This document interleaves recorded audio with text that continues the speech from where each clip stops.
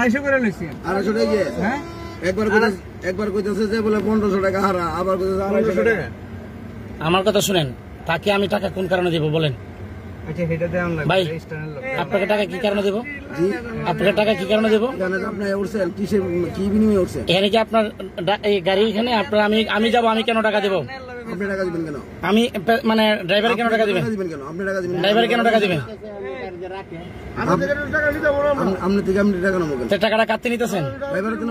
ড্রাইভারের তিনি নেবেন? আমরা তো ড্রাইভারের টাকা দিচ্ছি ভাই, এটা তো এক ধরনের ছাদা। জি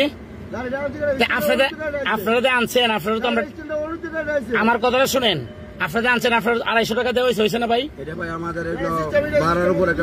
আপনার রিসিপ্ট দেন তাহলে। আপনি কত টাকা নেবেন রিসিপ্ট দেন? আমি কিন্তু সাংবাদিক, আমি আপনাকে ফোন দিচ্ছি। ওকে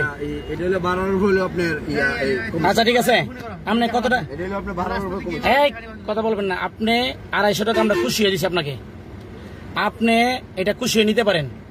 আর যদি আপনাদের নির্ধারিত করা থাকে তাহলে আপনি আমাকে রিসিপ্ট দেন, আমি আপনাকে টাকা দিচ্ছি। ভাইজান শুনেন, আমি একটা কথা বলি, এটা হয়তো আপনারা জানেন না, যারা ড্রাইভাররা হারা জানে না। আমরা পাবলিক কেন আজকে কেন 40 বছর ধরে হইলো আমরা কাউন্টার চালাইতেছি। আচ্ছা এখানে হইলো আপনার যদি 4 সিটের 1 সিট হইলো আমাদের কোন, জি, আর 3 সিট হইলো আপনার ড্রাইভারের। জি এটা আজকে থেকে 40 বছর ধরে।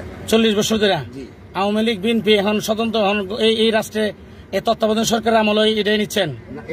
এটা তো মনে করেন যে আপনার শুধু আজকা ক্ষেত্রে না। বিসমিল্লাহির রহমানির রহিম। আসসালামু আলাইকুম। সম্মানিত ব্রাহ্মণবাড়িয়ার প্রশাসনের দৃষ্টি আকর্ষণ করছি, আমরা বিশ্ব রোড থেকে ঢাকা যাওয়ার পথেই আমরা একটি প্রাইভেট কারে ওঠার পরেই সেই প্রাইভেট কারের কাছ থেকে সে অতিরিক্ত টাকা আদায় করার চেষ্টা করেছে, চাঁদা। তো সেই হিসেবে আমি প্রশাসনের দৃষ্টি আকর্ষণ করছি ইমিডিয়েটলি সেই বিষয়টা লক্ষ্য করার জন্য। আমি বিনীত অনুরোধ করছি ডিসি মহোদয় এবং এসপি মহোদয়।